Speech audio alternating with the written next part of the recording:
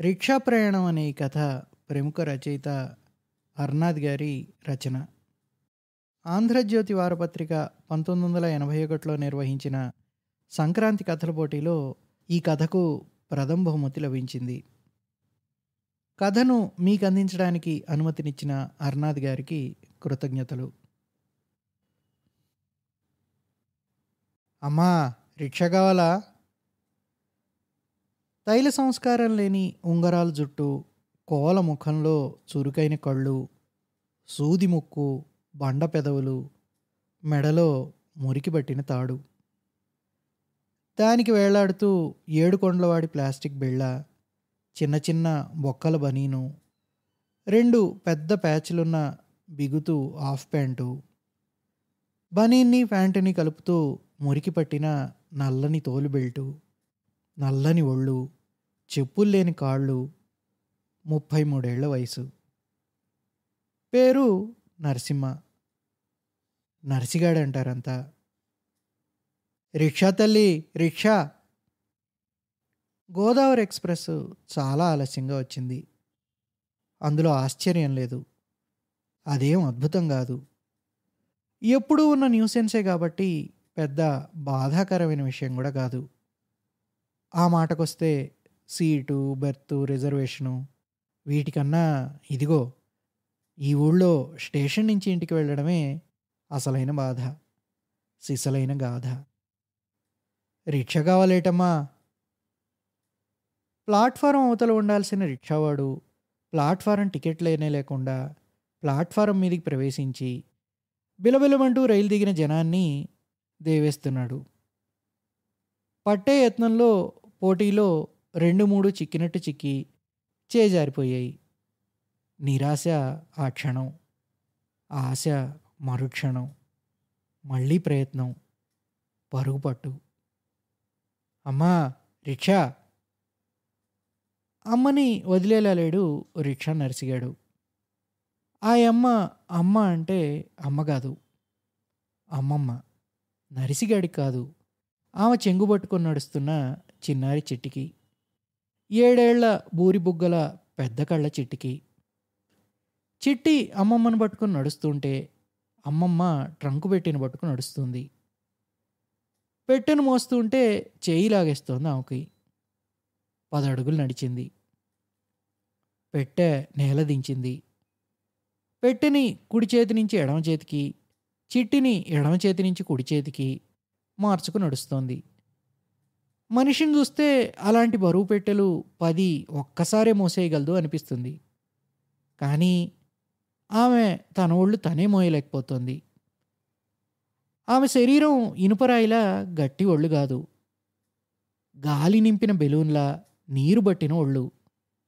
4 అడుగులు నడిస్తే చాలు కాళ్ళు బొంగుతాయి. ఆమె వయస్సు 55 ఏళ్ళు. పేరు సోములమ్మ. కానీ అంతా దిబ్బమ్మ అంటారు. ఎక్కడికమ్మా వెళ్ళాలా? వెళ్ళాల్సిన చోటు ఇక్కడ అక్కడ లేదు, చాలా దూరం. ఆటో అయితే 10-12 అడిగే దూరం. బస్సు అయితే రూపాయి తీసుకొని 10 పైసలు తిరిగిచ్చే దూరం. తాను వెళ్లాల్సిన సిటీ బస్సు దొరికే బస్టాండు దిబ్బమ్మకి తెలుసు. ప్లాట్ఫారం అంచు నుంచి చూస్తే అదిగో అల్లదిగో కనిపిస్తోంది. పెట్రోల్ బంక్ పక్కన నడిస్తే 5 నిమిషాలు. ఆమె నడిచేయగలదు, కాళ్ళు బొంగినా ఖాతరు చేయకుండా. ఈ గుంటపాప ఆ ట్రంకు పెట్టే లేకుంటే నడిచేసును. తను వెళ్లాల్సిన బస్టాండ్ చెప్పి చూపించి ఎంత ఇమ్మంటావు అని అడిగింది. 2 రూపాయలు ఇప్పించండి. రిక్షా వాళ్ళు అడిగే రేట్లు చూస్తే సింహాచలం పెందుర్తైనా నడిచిపోవాలనిపిస్తుంది. అది అనిపించడం వరకే. నసిగో గుణిసో ముక్కో మూలిగో వాహనం ఎక్కకుండా వెళ్ళలేం మనం చివరికి.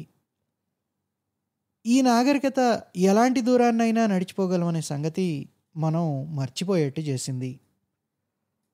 మన పూర్వీకులు కాశీకి నడిచి వెళ్ళారంటే తెల్లమొగాలు వేయడం వేరే సంగతి.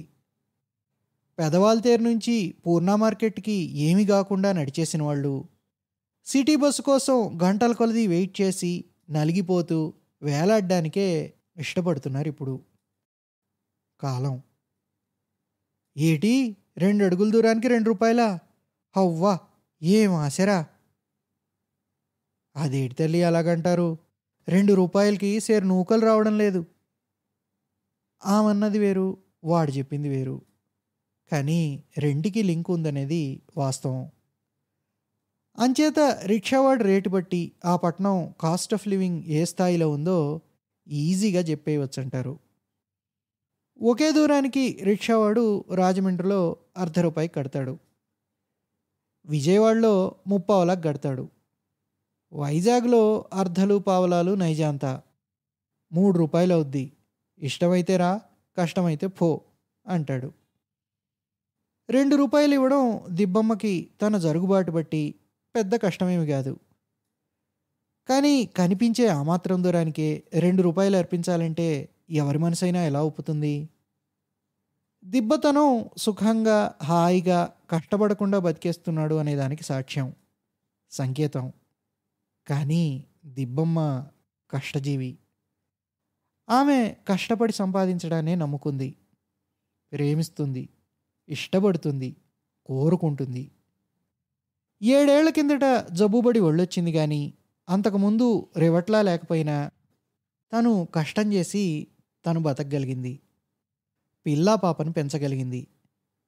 కానీ ఒక్క పైసా కూడా కూడబెట్టలేకపోయింది. తన శ్రమంతా ఏ గంగలో కలిసిపోయి ఎవరి పూల తోటలు పెంచిందో, ఇంకెవరి బళ్ళ తోటలు పెద్ద చేసిందో ఆమెకి తెలీదు. దగాలు, దోపిడీలు, వీటి అర్థాలు తనకి ఇప్పటికీ సరిగా తెలియవు. తను చేసే పని కూలి పని.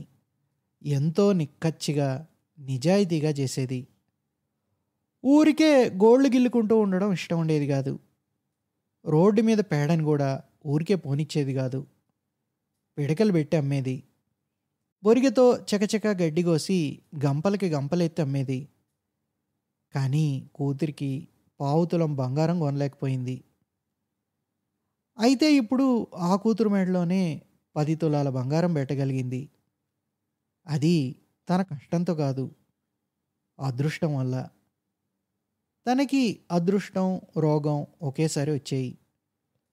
అదృష్టం ఆస్తి తెచ్చింది, రోగం వంటికి నీరు నెక్కించింది. సోములమ్మగా ఎవరికీ తెలియని తను దిబ్బమ్మగా ఆ ఊళ్ళో ప్రసిద్ధికెక్కింది. తన పెనిమిటి 15 ఏళ్ళు మిలిటరీలో సేవ చేసినందుకు 5 ఎకరాల బంజరు పొలం బహుకరించింది ప్రభుత్వం. ఎందుకు పనికిరాని ఆ భూమి పక్కనే 5,000 మంది పనిచేసే ఫ్యాక్టరీ లేచింది. దాంతో ఆ భూమికి ఎక్కడలేని గిరాకీ వచ్చింది. ఒక ఉద్యోగి వచ్చాడు. ఆ భూమిని ప్లాట్లు వేసి అధిక లాభానికి అమ్మి పెడతానన్నాడు. అందులో 100కి రూ. 10 కమిషన్ ఇమ్మన్నాడు. ఆ వ్యవహారాలు తెలియక తన పెనిమిటి అందుకు ఒప్పుకున్నాడు. చివరికి ఆ ఉద్యోగి కమిషన్ డబ్బుతోనే ఇల్లు కట్టేయగలిగాడు. వాడేదో మాయ చేశాడని చాలామంది అంటారు కానీ తనకు ఆ లెక్కలు తెలియదు గనక అవును మాయ చేసే ఉంటాడు, దొంగ సచ్చినోడు అని అనుకోవడం ఆమె ఇష్టపడదు. డబ్బు తమకి బాగానే వచ్చి పడింది. కమ్మలిల్లు పెంకుటిల్లుగా మారింది.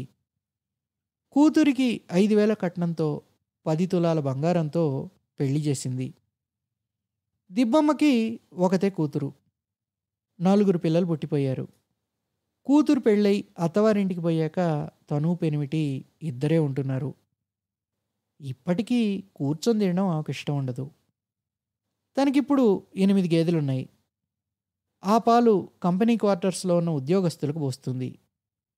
పాలు పితకడం కాడి నుంచి గేదెలుండే పాకని శుభ్రం చేయడం వరకు అంతా తనే చూస్తుంది. తనకి పెనిమిటి చేసేది సాయం మాత్రమే. తను కూలికెళ్ళిన రోజుల్లో రోజంతా కష్టపడితే రూ. 2 సంపాదించడం బ్రహ్మాండం అయిపోయేది. అలాంటిది రిక్షావాడికి ఆపాటి దూరానికే రూ. 2 కావాలట. అయినా రోజులు మారిపోయాయి. ధరలు మండిపోతున్నాయి. నిత్యావసర వస్తువుల ధరలు పెరిగిపోతున్నాయన్న బాధతో పాటు అసలు బజార్లో పూర్తిగా దొరకకుండా మాయమైపోతాయేమోనని భయం. రిక్షా నర్సిగాడు 2 అడిగాడు. దిబ్బ సోములమ్మ రూపాయి ఇస్తానంది. సెటిల్మెంటు రూపాయిన్నరకు అయింది. ఏం చేస్తుంది, అర్ధ రూపాయి తగ్గాడు అదే చాలనుకుంది. ఏమంటే ఈ రిక్షా వాళ్ళతో గొప్ప పేచి. రిక్షా అబ్బాయి, నీవు అడిగిన బేరం నేను ఇవ్వలేను, తప్పుకో అంటే తప్పుకోడు. మనకు తోవివ్వడు. మరో రిక్షా దగ్గరికి వెళ్ళనీడు. మనల్ని వెంటాడుతాడు. వెంట వాడుండగా మరో రిక్షావాడు ముందుకు రాడు. గొప్ప హింస పెట్టేస్తారు. ఎలాగోలా వాడితో దెబ్బలాడి దూరంగా ఉంచి మరో రిక్షావాడి దగ్గరికి వెళ్ళి బేరమాడితే వాడు అంతే, అదే రేటు చెప్తాడు. అంతా ఒకే రేటు, ఒకే కట్టు. ఎవడైనా కట్టు తప్పి రేటు తగ్గించడానికి కక్కుర్తిపడ్డాడో ఇక వాళ్ళల్లో వాళ్ళు కొట్టేసుకుంటారు. ఇక ప్రయాణికుడి పని అంతే. ఈ గొడవలేం పడకుండా నర్సిగాడి రిక్షాయే బేరం సెటిల్ చేసుకుంది. రిక్షా వరకు పెట్టబట్టుకోవడానికి నర్సిగాడికి ఇవ్వలేదు. పర్వాలేదు, తనే పట్టుకుంటానంది దిబ్బమ్మ. తను పరిగెత్తలేదు. వాడు పెట్టుబట్టుకొని తుర్రున పారిపోతేనో. అమ్మో, ఇంకేమైనా ఉందే? ట్రంకు పెట్టే పైకలా కనిపిస్తోంది కానీ దాని ఖరీదు 10,000. రిక్షా ఎక్కడం అంటే చిట్టికి చెడ్డ సంతోషంగా ఉంది. కానీ సీటంతా మా అమ్మే ఆక్రమించేయడంతో, ఏనుగు పక్కన ఎలకలా నక్కి నలిగిపోవడంతో ముఖం చిన్నబోయింది. దిబ్బమ్మకు రైలు దిగిన కాడి నుంచి దాహంగా ఉంది. రిక్షా నాపించి ఏ కొట్టు దగ్గరైనా సోడా తాగుదాం అనుకుంది. కానీ కొట్లు మూసేసున్నాయి. పోనీ స్టాండ్ దగ్గర తాగొచ్చు అనుకుంది. స్టాండ్కి వస్తే తీరా అక్కడా లేవు కొట్లు. లేకపోతే లేకపోయాయి వెధవ కొట్లు. సోడా తాగడం మానేస్తాం, కానీ బస్సులు కూడా ఉన్నట్లేవే. స్టాండ్లో పిట్ట మనిషి కూడా లేడు. 2 కుక్కలు మాత్రం సరదాగా ఖర్చుకుంటూ దొర్లుకుంటూ స్టాండ్ను ఆక్రమించేశాయి. జంక్షన్లో హార్బర్కి వెళ్ళే రోడ్డుకి ఇరువైపులా ఎల్లవేళలా పచ్చపచ్చగా మెరిసిపోతూ జీవనదులు.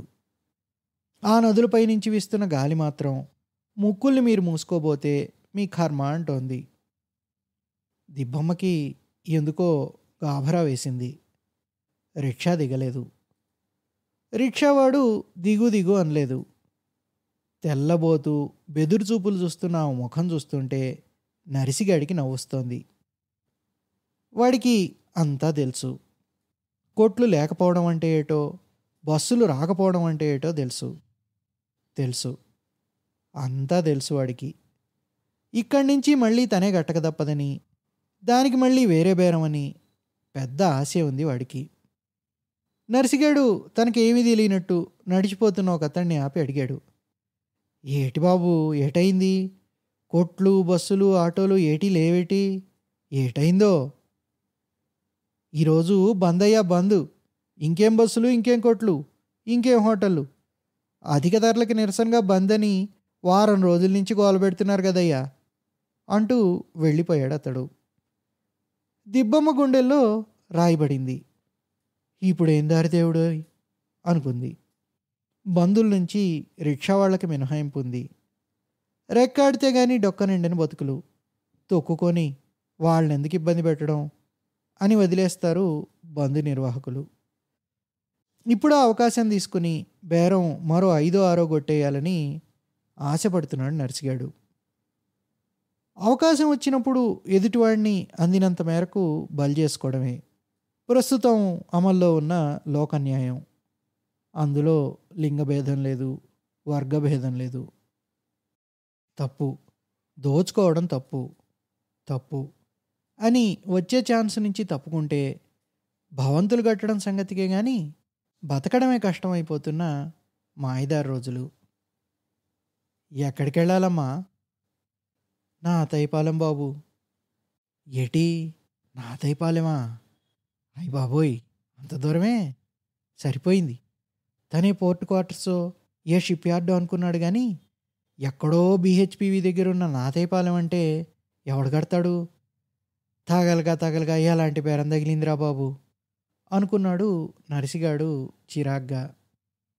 బాబు, ఎలాగోలా నీవే రిక్షా కట్టి పుణ్యం కట్టుకోనాయనా ప్రాధేయపూర్వకంగా అడిగింది దిబ్బమ్మ. నాది పెట్రోల్ కాదు తల్లి, రక్తం. నానంత దూరం రాలేను తల్లోయ్ అని బుర్ర అడ్డంగా ఊపేశాడు. చుట్టూ చూసింది. చుట్టుపక్కల మరేం రిక్షాలు లేవు. ఈరోజు రిక్షాల డిమాండు అలా ఉంది మరి. చావుల మధం కింది నుంచి ఓ పోలీస్ వ్యాన్ వెళ్ళిపోతుంది. నేవల్ బేస్కి ఏదో జీప్ పోతుంది. ఎదురుగా శ్మశానంలోంచి శవం గాలుస్తున్న పొగ వస్తోంది. కుష్టివాడిని ఒక చక్రాల తొట్లో లాక్కుపోతున్నాడు ఏ కుష్టి లేని 10 ఏళ్ల బాలుడు కూలీకి. అలాగా నీకు బాబు, ఎంతకైతే కడతావో అడుగు, అంతేగాని కట్టననేస్తే మేము చచ్చిపోమా అంది దిబ్బమ్మ. నర్సిగాడు తలగొక్కొని ముఖం అదోలా పెట్టి అన్నాడు, 20 అవుద్దమ్మా, ఈ రూపాయిన్నరగాక. కడతానన్నాడు అదే సంతోషం అనుకొని, మళ్ళీ రూపాయిన్నర ఎందుకు, మొత్తం 20 చేసుకో బాబు అంది. అదేం కుదరదు అన్నాడు నర్సిగాడు. సరే పోనీ బాబు అంది దిబ్బమ్మ. స్టాండ్కి రూపాయిన్నర పోయడానికి గిజగిజలాడిన దిబ్బమ్మ మరో 20కి వెంటనే ఒప్పేసుకుంది. ఒప్పుకోక చస్తుందా? దిబ్బమ్మ ఎంతంటే అంతకు ఒప్పేసుకోవడంతో మరో 5 ఎక్కువ అడిగి ఉండాల్సింది అయ్యయ్యో అని బాధపడ్డాడు నర్సిగాడు.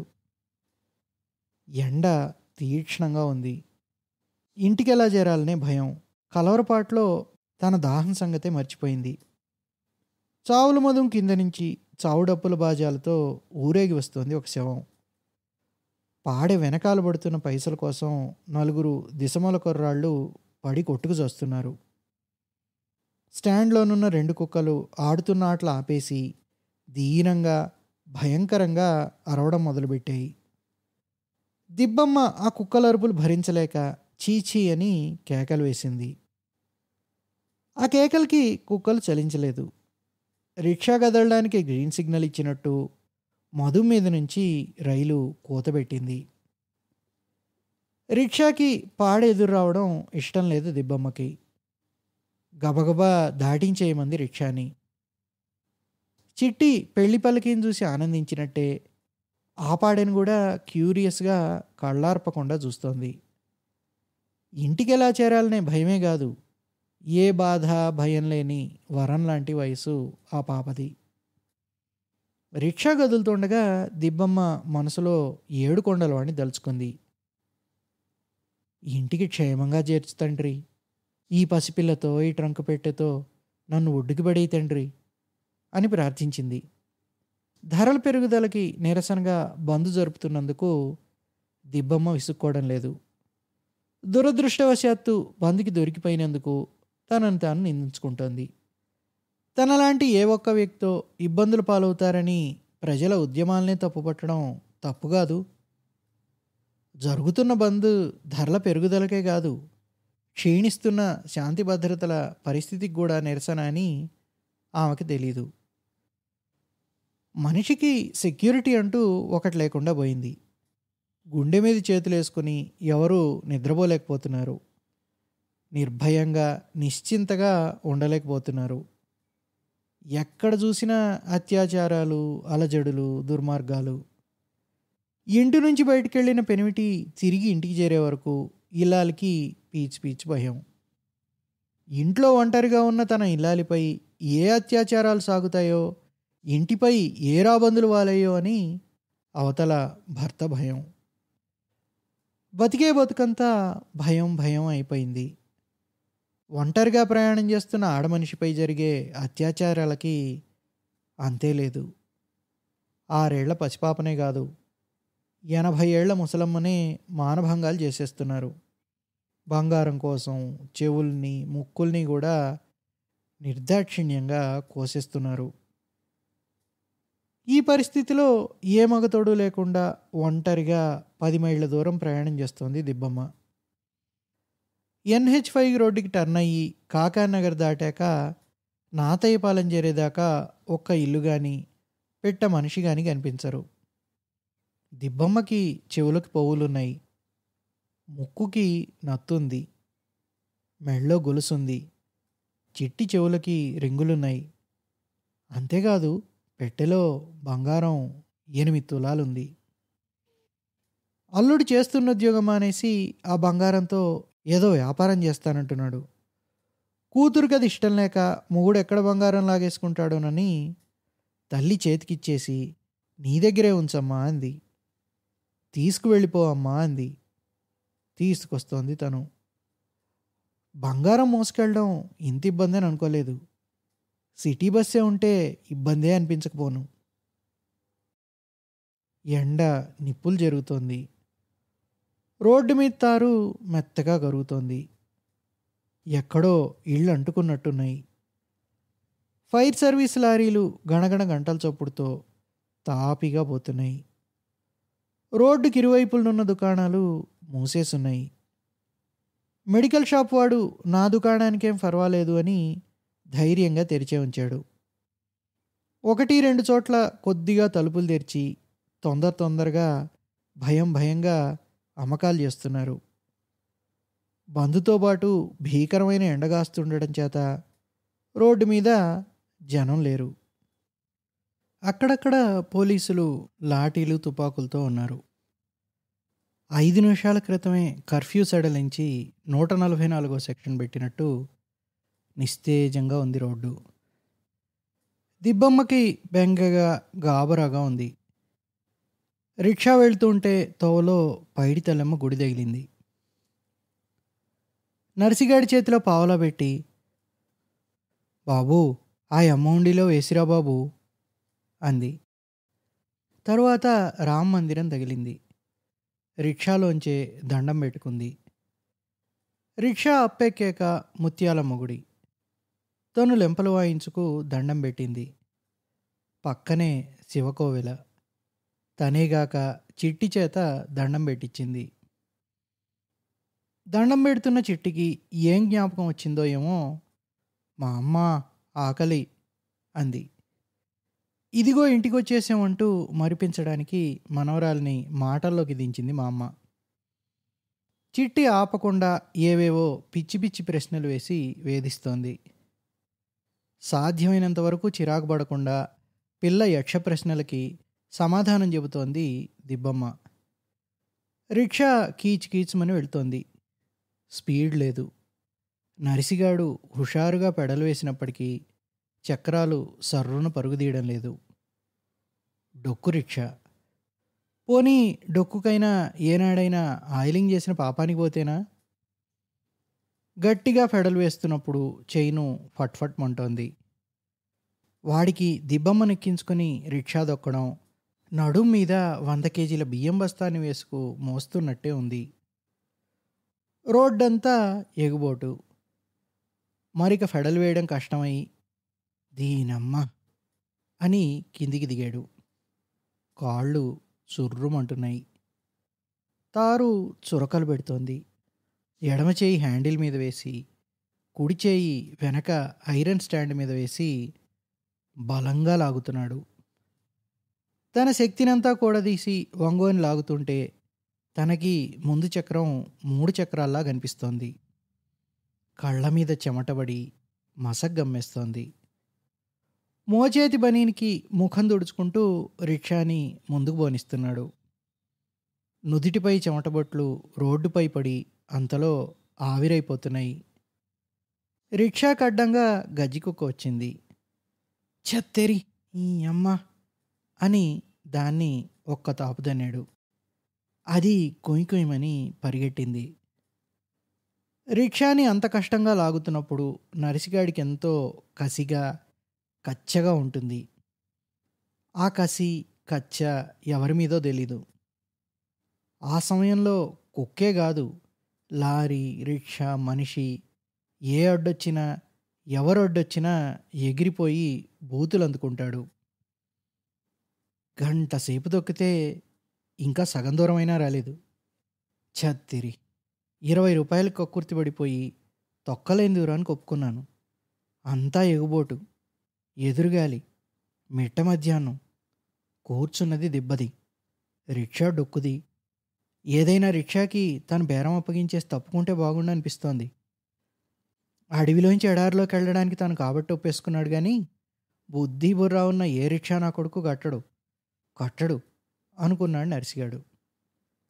తెల్లారి కొట్టిన గిన్నెడి చద్దన్నం ఏ మూలకెళ్ళిపోయిందో లోన పేగుల్ని ఎలుకలు కొరికేస్తున్నాయి. దిబ్బమ్మకి చెమట్లో తడిసిన వాడి కండలు ఇనుపదిమ్మల్లా కనిపిస్తున్నాయి. చేతులపై నరాలు ఎత్తుగా ఉబ్బాయి. పొట్టి నిక్కర్లోంచి తొడలు, పిక్కలు రాళ్లలా కనిపిస్తున్నాయి. గోడకి పోస్టర్ అంటించినట్టు బనీను వీపు కతుక్కుపోయింది. బనీను మీద కన్నాలు 5 లెక్కపెట్టింది చిట్టి. చిన్న కొండలో ఉన్న కొత్త రోడ్డు బ్రిడ్జి దాటేటప్పటికి 12 సైరన్ ఊదింది. రిక్షా సింహాచలం రోడ్డు దాటి ఎన్హెచ్వై రోడ్లో ఉందిప్పుడు. బ్రిడ్జి కింద వంకర వంకరగా తిరిగి ఉన్న పట్టాలు పాదరసం పరుగు తీస్తున్న గొట్టాల్లో ఉన్నాయి. తాగేసో లేక మూర్చిపోయో ఒకడు పక్కన పడి ఉన్నాడు. ఆ బ్రిడ్జి దగ్గర అర్బన్ ఏరియా దాటి రూరల్ ఏరియాలోకి వెళ్ళిపోతున్న వారికి మున్సిపాలిటీ థ్యాంక్ యూ అని బోర్డు కట్టి చెబుతోంది.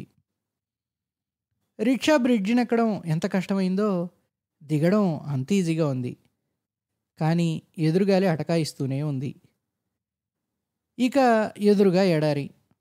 రోడ్డు పక్కన ఒక ఇల్లు లేకపోతే పోని నీడనిచ్చే ఒక చెట్టు కూడా లేదు. అంత డ్రై ఏరియా. ఈ ఎడారిలో గంటసేపు ఈదికెళ్తే గాని నాతైపాలెం అంచులు దొరకవు. చిట్టి సీట్లో ఒద్దిగ్గా కూచోకుండా నించుని పెట్టె తొక్కి అటు గదిలి ఇటు గదిలి స్టాండ్ పట్టు కూగి ఎంత అల్లరి చేసినా భరించింది దిబ్బమ్మ. అడిగిన లక్ష ప్రశ్నలకి జవాబులు ఇచ్చింది. చిట్టిది పట్టిందే పట్టు. దాహం ఆకలి అనడం లేదు. అదే చాలనుకుంటోంది. నెమ్మదిగా ఇంటి దాకా ఓపిక పడితే ఏదైనా గబగబా వండి పడేయచ్చు. కానీ అనుకున్నట్టు జరగలేదు. అకస్మాత్తుగా ఆకలేస్తోందని రాగం తీయడం మొదలుపెట్టింది చిట్టి. ఎంత నచ్చ చెప్పినా ఎన్ని మాయ మాట్లాడినా వినిపించుకోలేదు. పోనీ ఏదైనా కొనిపడేద్దామన్నా గడ్డి తప్ప ఎక్కడా ఏమీ లేదు. విసిగి వీపు మీద 2 బాదులు బాదింది. నెత్తి మీద 2 మొట్టికాయలు ముట్టింది. చిట్టి గొప్ప మాటకారి. చిట్టి చేత ఏవేవో మాట్లాడించుకొని వినడం మురిసిపోవడం దిబ్బమ్మకి ఇష్టం. స్కూల్ సెలవులు ఇవ్వడంతో చిట్టిని వెంటేసుకొచ్చింది. ఎప్పుడూ కొట్టని మా అమ్మ కొట్టడంతో చిట్టికి కోపం రోషం వచ్చింది. నీ జుట్టు పీస్, నీవు నాకొద్దు, మా అమ్మకాడికి వెళ్ళిపోతాను అంది. వెళ్ళిపోయే సిగురుగుంట, ఓవుల్నే బెదిరిస్తావు, అయితే నన్ను దిగబెట్టాయి మా ఇంటికి. నాకు పట్టింది బాధ అంది ఒళ్ళు మండి. అంతమంటలోనూ మనవరాలతో వాదన సరదాగా ఉన్నట్టుంది దిబ్బమ్మకి. నాకేం భయమేటి, నేను వెళ్ళిపోగలను.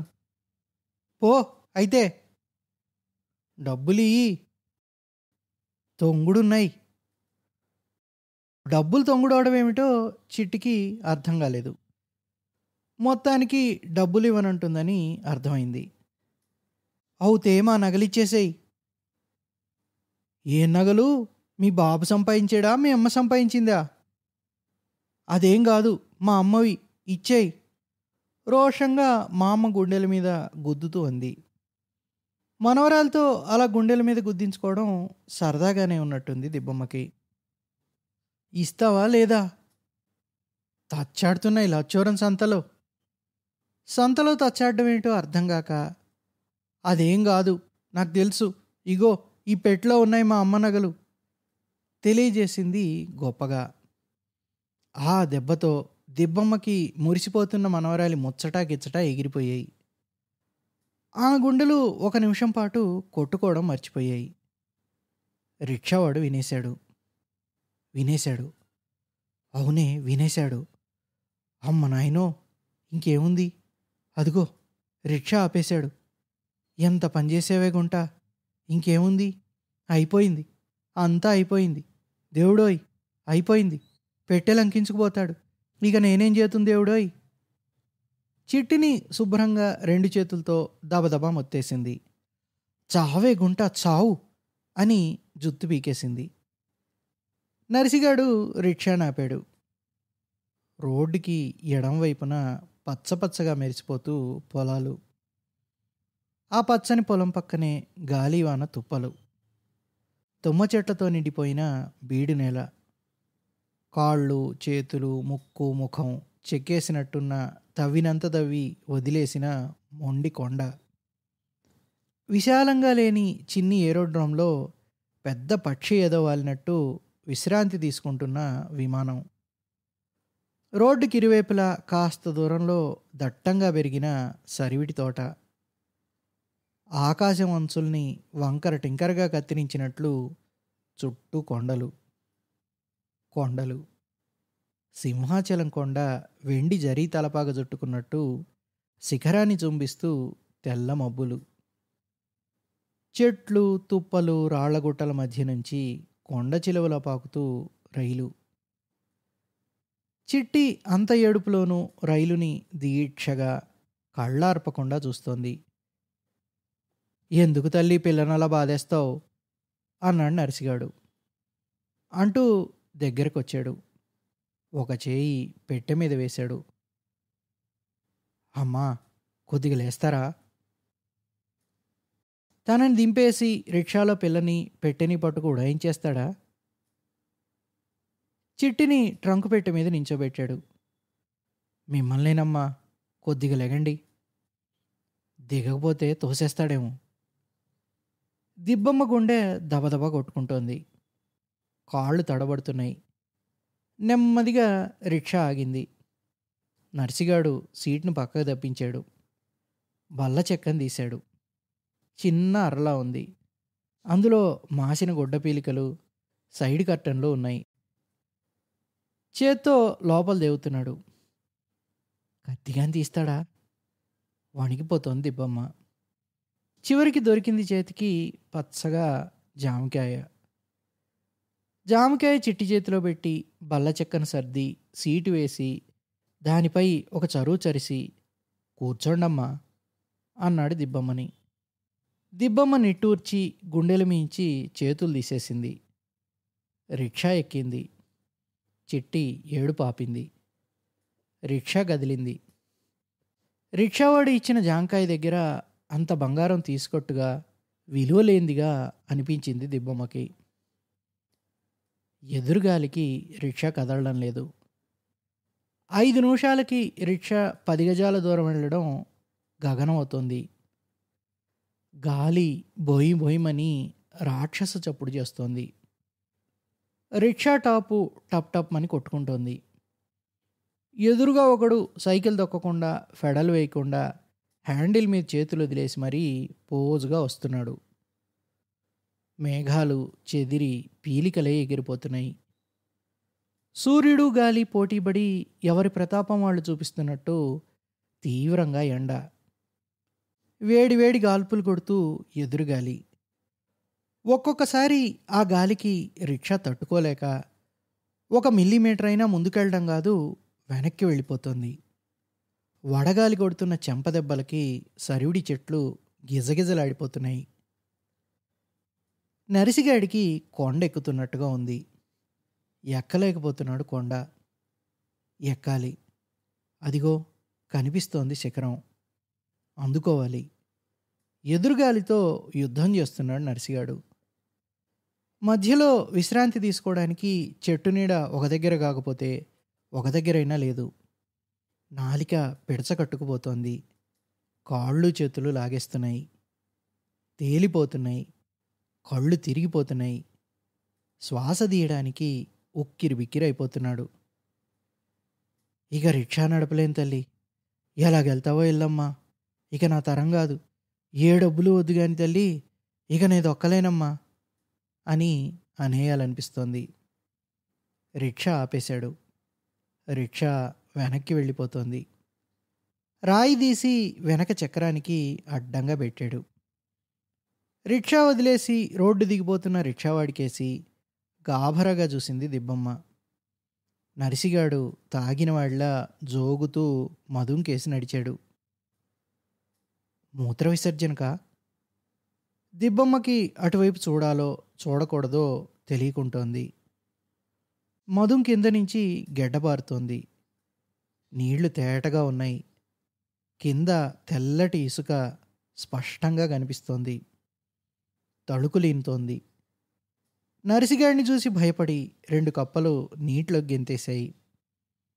ఆదమరిచి నిద్రపోతున్న తల్లి వక్షం మీదికి ఆకలేయగానే గబగబా బంగురుకుంటూ వచ్చి అమాంతంగా పడిపోయి పాలు కుడిచే పసిపాపలా నరిసిగాడు అతి నెమ్మదిగా బారుతున్న ఆ నీటిలో అడ్డంగా పడిపోయాడు. నిక్కర తడవకుండా బొడ్డు వరకు మాత్రమే నీరు తగిలేలా పడిపోయాడు. చేతులతో నీరు తీసి ముఖానికి దబదబ కొట్టుకున్నాడు. దోసిళ్ళలో పట్టుకు నీళ్లు తాగాడు. తర్వాత చేతులతో కాకుండా ఏకంగా నీటిలో నోరు పెట్టే తాగాడు. చెమటకి పూర్తిగా తడిసిన తువ్వాల్ని నీటిలో ముంచి కాళ్ళు చేతులు తుడుచుకున్నాడు. బనీన్ తీసి పిండుకొని మళ్ళీ వేసేసుకున్నాడు. కొంత ప్రాణం లేచొచ్చింది. పక్కనే ఉన్న పొదల్లోకి వెళ్ళి పెద్ద ఆకులు తెచ్చాడు. ఆ 2 ఆకుల్ని కోణాకారంలో చుట్టి నీళ్లు పట్టుకొచ్చి దిబ్బమ్మకిచ్చాడు. నీళ్లు ఆమె 2 గుక్కలు తాగి మిగతాది ముఖం మీద దిమ్మరించుకుంది. చిట్టి అప్పటికే మా అమ్మ ఒడిలో నిద్రపోతోంది. లేకుంటే చిట్టిని తీసుకెళ్ళి నీళ్లు తాగిద్దాం అనుకున్నాడు. ఆగిపోయిన స్కూటరు రిజర్వులో ఉన్న పెట్రోల్తో ముందుకు కదిలినట్టు రిక్షా కదిలింది. మధున్ దాటాక రోడ్డు ఎడమకి తిరగడంతో ఎదురుగాలి దురుసుతనం తగ్గింది.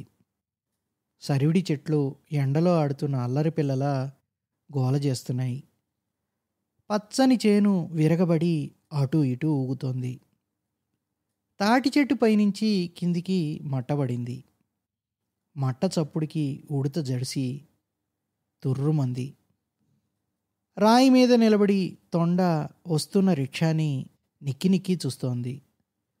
రిక్షాకి ఎదురుగా కాస్త దూరంలో కొండ మీదున్న గుడి అందంగా కనిపిస్తోంది. గుడి కన్నా ముందే నాతాయిపాలెం తగులుతుంది. ఊరు అదిగో వచ్చేసింది అన్నదే ఊపిరై రిక్షా ముందుకు పోతోంది. నాతాయిపాలెం రిక్షాని చిరునవ్వుతో ఆహ్వానించింది. నీ అమ్మ 2 గంటలు నన్ను చంపినావు గదే అనుకున్నాడు నర్సిగాడు ఊరి ఆహ్వానాన్ని మన్నిస్తూ. ఇంచుమించు ఒకే దగ్గరున్న 3 బ్రాందీ కొట్లను చూసి ఊరు బాగానే ఉందే అనుకున్నాడు. ఎక్కడి నుంచో మంచి పాత పాటని తెరలు తెరలుగా మోసుకొస్తోంది గాలి. రోడ్డుకి కుడివైపునున్న 2 ఇళ్ల అవతలిల్లే దిబ్బమ్మిల్లు. తిన్నగా ఇంటి దగ్గరే ఆగింది రిక్షా. తన ఊరిని ఊళ్ళో తన ఇల్లుని చూడగానే దిబ్బమ్మకి కన్నతల్లిని గావలించుకున్నంత ఆనందమైపోయింది. గోదావరి పొంగి పొరలి ఊరును ముంచేస్తుంటే తనను రక్షించి పడవ ఎక్కించి ఒడ్డుకి దింపిన తమ్ముడిలా కనిపించాడు నర్సిగాడు. దిబ్బమ్మ చిట్టిని ఎత్తుకొని దిగింది. రిక్షా నర్సిగాడు పెట్టెను పట్టుకున్నాడు. అమ్మో అనుకొని నవ్వుకుంది. పాడు మనిషిని, ఏ పాపం ఎరుగని రిక్షావాణ్ణి ఏవేవో అనుమానాలతో ఊహించుకొని భయపడినందుకు సిగ్గుపడింది. కానీ ఆ పరిస్థితిలో భయం సహజం అన్నది ఆమె గుర్తించడం లేదు. దిబ్బమ్మని చూడగానే దిబ్బమ్మ మొగుడి ముఖం దిబ్బరొట్టెంతై పోయి గేటు తెరిచాడు.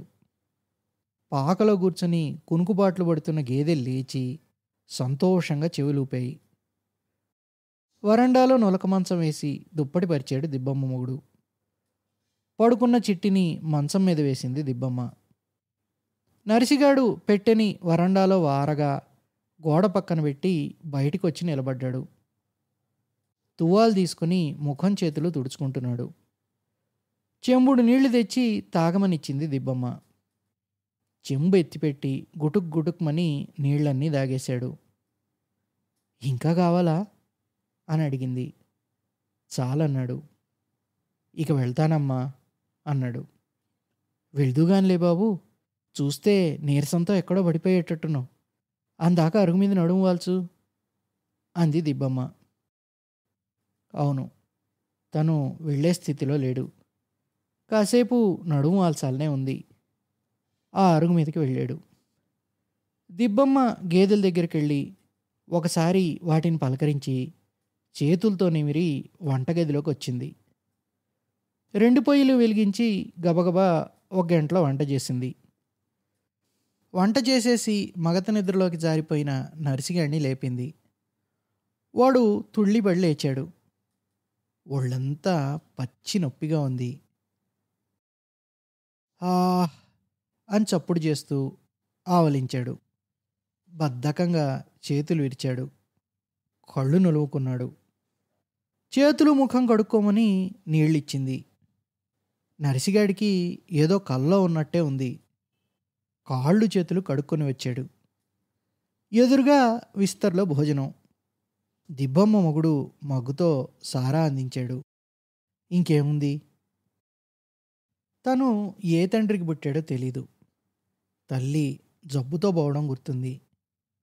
గున్నయ్య కాఫీ హోటల్లో కప్పులు కడిగి పప్పులు రుబ్బి 10 ఏళ్ళు చాకిరీ చేసి వాడి దగ్గర డబ్బు దాచుకుంటే, నీవు నా దగ్గర అసలు డబ్బేం దాయలేదు పో పొమ్మన్నాడు. తను పెళ్లి చేసుకున్న లచ్చి 3 పిల్లల్ని కన్న తర్వాత కొవ్వెక్కి ఎవడితోనో లేచిపోయింది. తనకన్నీ ఇలాంటి దెబ్బలే. మనిషి మంచితనం మీద నమ్మకం ఎప్పుడో పోయింది. ఇక ప్రేమ, దయ, అనురాగం, ఆప్యాయత ఇవంటే ఏమిటో, ఎలా ఉంటాయో తెలీదు. కానీ ఇప్పుడు కొత్తగా ఉంది. తిను బాబు. తింటాను తల్లి, తింటాను. కళ్ళు తుడుచుకుని తినడం మొదలుపెట్టాడు. విస్తర్లో ఒక్క మెతుకు కూడా మిగల్చకుండా ఊడ్చుకు తినేశాడు. వేళ్లకంటుకున్న అన్నాన్ని నాలుకతో నాకేశాడు. తృప్తిగా త్రేంచాడు. భుజం మీద తువ్వాలతో చేతులు తుడుచుకుని చేతులెత్తి దండం పెట్టి, వస్తాను తల్లి అన్నాడు. దిబ్బమ్మ నవ్వింది. అదేంటి బాబు, 20 రూపాయలు వద్దా అన్నట్టు 20 రూపాయిన్నర ఒకటి ఇవ్వాలి కదా. డబ్బుకేముంది తల్లి, దయతో కడుపు నిండా అన్నం పెట్టారు, అదే చాలు. ఆ చల్లదనం ముందర 20 రూపాయలు కాదు తల్లి, 1,00,000 రూపాయలు కూడా నిలబడినేవు తల్లి అన్నాడు. తను ఎన్నాళ్లుగానో రిక్షా దొక్కుతున్నాడు. రిక్షా ఎక్కిన వాళ్ళంతా మనుషులేనని మొదట్లో అనుకున్నాడు. కానీ రిక్షా ఎక్కిన వాళ్ళెవరూ తనని మనిషి కింద లెక్క చేయకపోవడంతో, సాటి మనిషిగా చూడకపోవడంతో, అవును, ఎందుకు చూడాలా, చూడాల్సిన అవసరం ఏమిటి, అలాగే నానెందుకు చూడాలా, నాకేటి అవసరం, ఓడి సొద ఆడిది, ఓడి బతుకు ఆడిది అనుకున్నాడు. అయితే ఆ నర్సిగాడే ఇప్పుడు దయాదాచిన్నం ఇంకా బతికే ఉన్నాయి, ఎదటి కడుపు సోదా ఎరిగిన అమ్మలు ఇంకా ఈ భూమి మీద ఉన్నారు అనుకున్నాడు. అదే ఆమెతో అన్నాడు. అలా అనేటప్పుడు నర్సిగాడి కళ్ళు ఆనందం వల్ల, కృతజ్ఞత వల్ల తడి తడిగా అయ్యాయి. పిచ్చోడా, నాదేదో దయ, నాదేదో మంచి మనసు అంటావు కానీ, నీ మంచితనం ఏటో, నీ గొప్పతనం ఏమిటో నీకు తెలియదు. ఈ ఎడారిలో, ఎండలో, ఎదురుగాల్లో 2 గంటల పాటు పడ్డ నీ కష్టం కాడ, అదునికి పిల్లకిచ్చిన జాంకాయ కాడ, అదునికి ఆకుదో నిండా నువ్వు ఇచ్చిన నీళ్ళ కాడ నా దయ్యేపాటి, నా దాచినమేపాటి. నువ్వు చేసిన మేలుకి కొంతలో కొంతైనా రుణం తీర్చుకుందారని వన్నం పెట్టినాను కానీ, ఆ పాటిదానికే రుణం చెల్లిపోదు. అయినా చేసిన మేలుకు వన్నం పెట్టడం గొప్ప కాదయ్యా, మేలు చేయడమే గొప్ప. అంతేకాదు, ముందిస్తరాకు కష్టజీవికే ఇయ్యాల.